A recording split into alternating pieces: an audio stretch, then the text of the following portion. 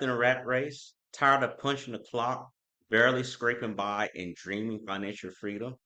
Discover how a simple car can become your ticket to transform your vehicle into a money-making machine.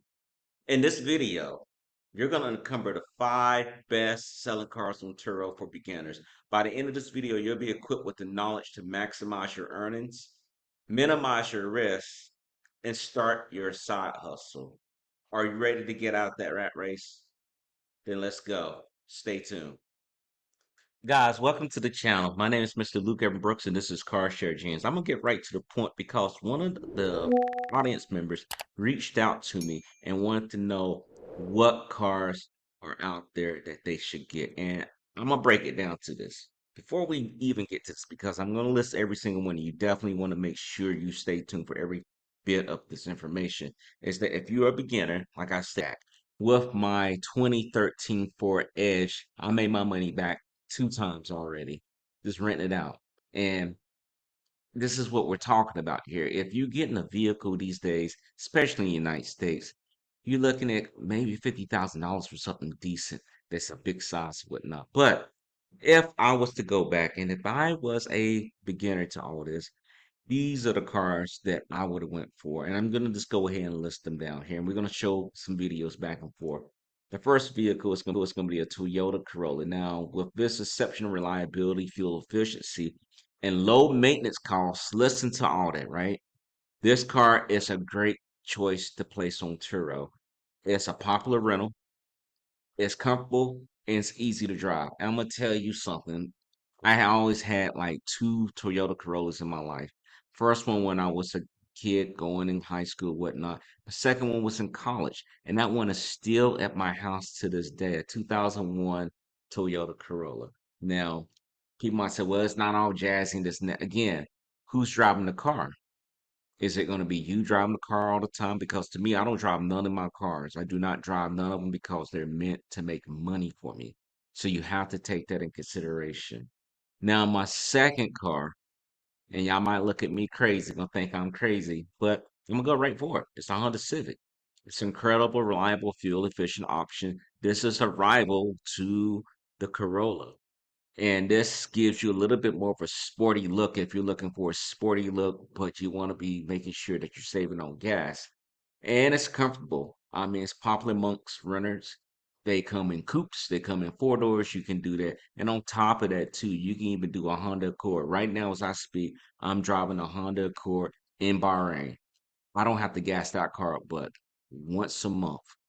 Now, tell me, would not be something that you can sell to your guests. This is something that a lot of people going through right now in America. People getting tired of paying these bills. They got gas bills, things like that. People are holding on to their cars a lot longer than usual, and it's causing an eruption right there. So this is a car that's with high value. Both those cars that I listed are in high value. The next vehicle that I would look at is a Hyundai Elantra. Now, this got a little bit more room, but I'm gonna break this down. This is gonna offer fuel efficiency. This is gonna be very comfortable. This looks like it can be up there with a Lexus, to be honest with you, or Acura. You can get a vehicle like this with a little bit more style, and it may be a little bit more cheaper too, depending on where you go to get these vehicles at. I seen a launcher. This is a car that I was gonna get. The price that they wanted was way too much. But if you can go to a private owner or you can go to the Facebook Marketplace, I'm sure that you'll be able to find a vehicle that meets the criteria of what you need to get started on Turo. Now, my fourth car would be a Kia Forte. Now, the reason being Kia Forte is that it is spacious. It's got so much space in there. I mean, you can put a football team in there and still some more, or a clown show, whatever your particular taste is. But this is a couple ride, and a lot of renters get this vehicle. Now, take that with a grain of salt, depending on where you at is what you're gonna get. Now, I'm gonna jump into 2 more cars here. I say 5, but I always give bonuses. So if you made it to the end of this video, and we're close to the end because this is straight to the point, I want to address this for my guests. I'm gonna throw in another vehicle, actually 2 more vehicles. So this next vehicle is the Nissan Versa. This is a compact vehicle known for its excellent fuel economy and low running costs. This is a practical choice to have if you're really starting off. I think if you're looking at something like this is really budget friendly. Even if you say I'm going to go ahead and finance, you're not going to really break the bank per se, you know. This car can basically run you close to 21 to $25,000 today.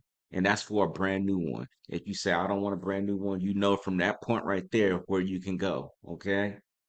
One more vehicle that I want to talk about, and this is the one that really gets me going. It is a Nissan Sentra. That's right.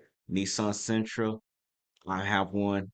It runs great. It always stays rented out.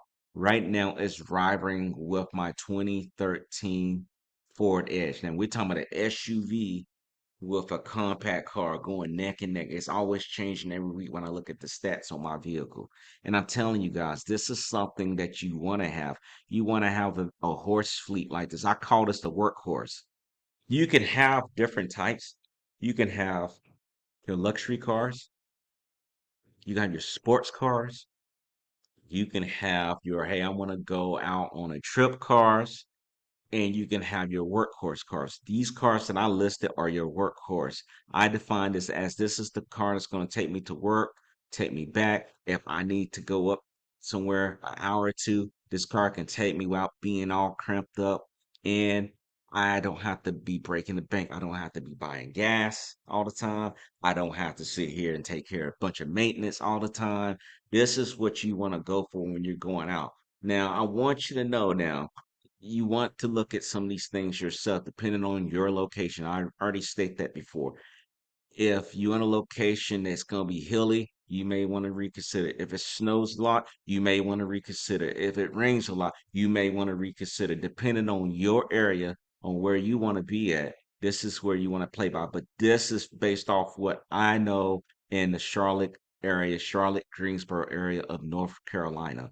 And I'm going to break down some of the things that you want to look at. If you are going to a dealer or you're just going to the private owner, this is what you want to look at. You want to look at the reliability. That's the number one thing. You want to get the Carfax. You want to make sure that this car has a proven track record. It hasn't been in a bunch of accidents, clean title, maintenance is low, downtime is minimal. Fuel efficiency. I kept saying that with every single vehicle. You know, that was the common denominator. You want to make sure that this vehicle is going to be great on gas. I always get that as a bonus with those cars, especially my Nissan Sentra. Hey, this car is great on gas. I only had to fill it up one time. I drove 400 miles and I only had to fill it up one time. You know, a lot of people like that. Comfort and features. You know, you want the car to be comfortable. You want the interior features to be something that, hey, people are not going to be hurting, cramping up, things like that. You know, we talked about the launcher. This is a decent sized vehicle for being in this class here.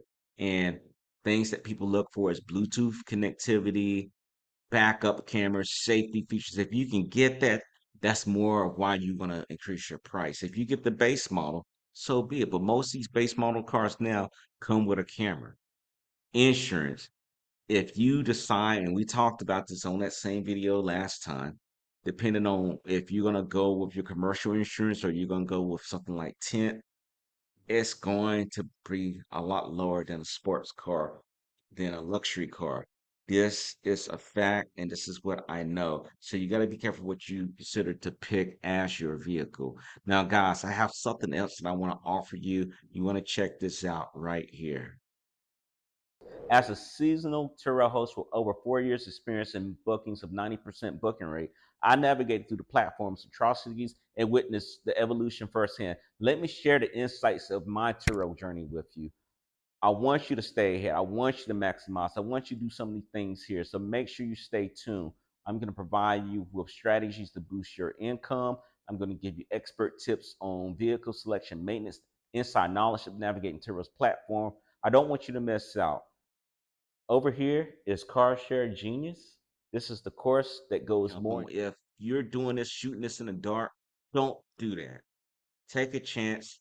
Check out the book. I promise you, you won't go wrong. Or better yet, get the course. The course will guide you. I personally guide you A through Z, step by step, an interactive course where I give you direction on how to do the things right, as far as making sure you set up your profile, making sure you got the right messages, templates in there, making sure how to handle your customers. And you're going to have some crazy customers, and how to avoid getting those down ratings that I see all the time in the Facebook group chats.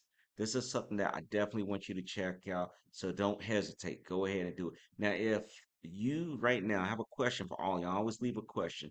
If you had to go back and start over, what vehicle would you pick besides what I listed as your first vehicle to put on Turo? Leave your comments down below. Again, guys, I thank you for tuning in. Please make sure you like, share, and subscribe. Talk to you later, guys. See you next time. Take care.